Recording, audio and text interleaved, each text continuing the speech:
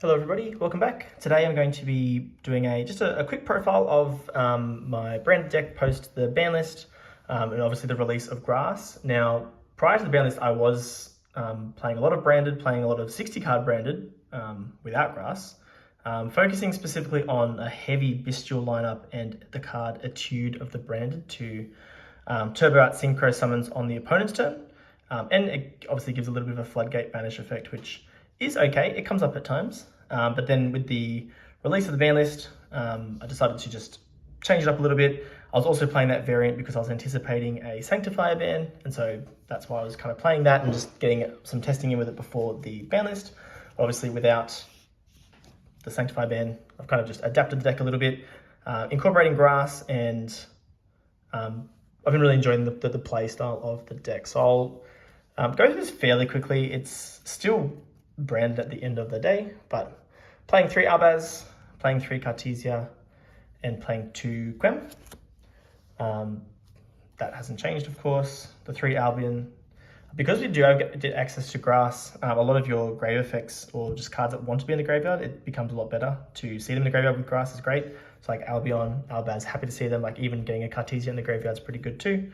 Of course, the 3 Aluba, seeing Branded Fusion is very important with it only being at 1 copy. Obviously, there's other ways of getting around it with things like your Quem, Albion, and Saranir to get there, but yeah.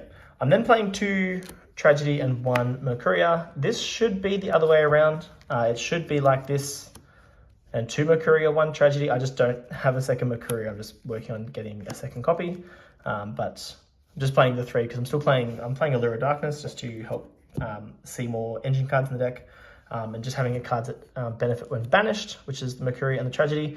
Tragedy is still great. I mean, the effect to banish itself and set brand spell traps is still pretty good, especially with some of those one-offs, and the fact that Grass is milling the deck, being able to like set some of those cards back is still a win.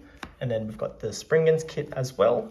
Also playing for the Bestials 2 Lubellion. I was playing 3, but I've just in trying to find space for other things. I've just dropped it down to 2. We are of course playing 3 Saranir because seeing this off of Grass is fantastic. 1 Magma, of course, just because we're playing Bestials, so we may as well have the Magma in there. I'm playing a Havness. This should be a Sharon, but I don't have one. But it's coming. So just the 1 Havness. I'm still going second. It's a sort of a hand trap, but yeah, it should just be Sharon. Sharon's just a better card. And we are playing the 1 Gimmick Puppet, which is legal to play. Then for the spells, of course, playing 3 Opening and 3 High Spirits. High Spirits is just becoming one of my favorite cards in this deck, period. But the card itself is just crazy. I remember when it wasn't being played, I remember reading it before I was a branded player and reading thinking, oh my goodness, why does no one play this? This card is insane, but yeah, there you go. 1 Branded Fusion, of course, it is that one.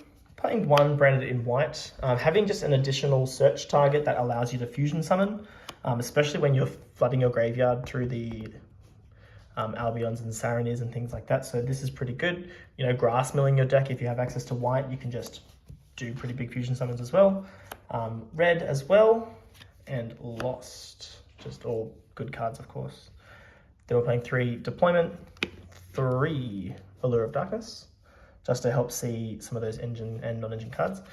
This is that Grass looks greener, so milling 20 cards off your deck is pretty nice.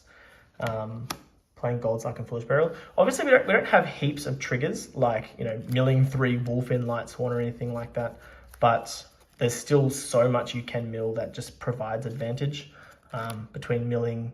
Like, you know, High Spirits and Opening have value in the graveyard.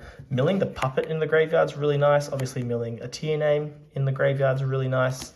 Then there's the Saranirs, the Albions, Cartesias.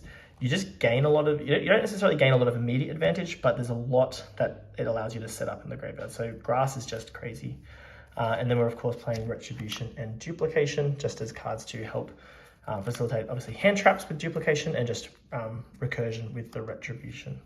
One card I'm interested to test a little bit is Branded Sword. You know, it banishes itself to add back a banished spell trap. So Branded Sword's pretty cool, but I don't know if I want to justify a spot for it at this point. And then the rest of the deck is non-engine. Prior to the ban list, I was playing 15 non-engine spots, being just all board breakers, but I have cut Dark Ruler from the main deck just because I wanted to fit in grass and just playing with the ratios and like the Allure of Darkness. So I've kind of replaced Dark Ruler with Allure. So whilst it's one immediate non-engine spot gone, what you can kind of access with Allure and then banishing things, there's just a lot of value to be had. So we're playing, of course, Thrust. Thrust is just an insane card in this deck. Obviously, Talents is a pretty insane card too. Just for like non-engine going second, playing Droplet. And one of my favorite cards to play in this is Book of Eclipse and Called by the Grave. So they're the non-engine spots. Branded obviously can break boards really well by itself, but just being able to help with some of these non-engine spots, and especially something like Thrust, being able to access other cards in your deck as well is really nice. So that is 60 cards. And then the extra deck, I think the extra deck is probably fairly straightforward. 2 Mirror Jade, 2 Albion, 1 Lubellion, 1 Albion because it's legal, Rinbrum, Titaniclad, and then this is 2 Grand Guignol. So my second one is just on the way. Grand Guignol's crazy card.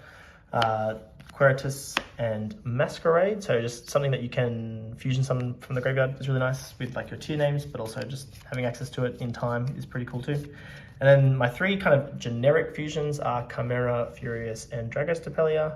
I know a lot of people are moving on to the Light and Darkness Dragon Lord. I just haven't done enough testing with it at this point to determine where it fits in, but it's something that I've now received and got, so I'm going to work out where that fits in to the deck. But otherwise, that is the brand deck I've been playing and mucking around with at the moment. Been having a lot of fun with it. I still wouldn't mind finding a world where I can cut the puppet and not play it, just because it feels so degenerate to do, but if it's legal and it's going to win its games, then we might just keep playing it. But otherwise, that's it for this one, and I will catch you in the next one.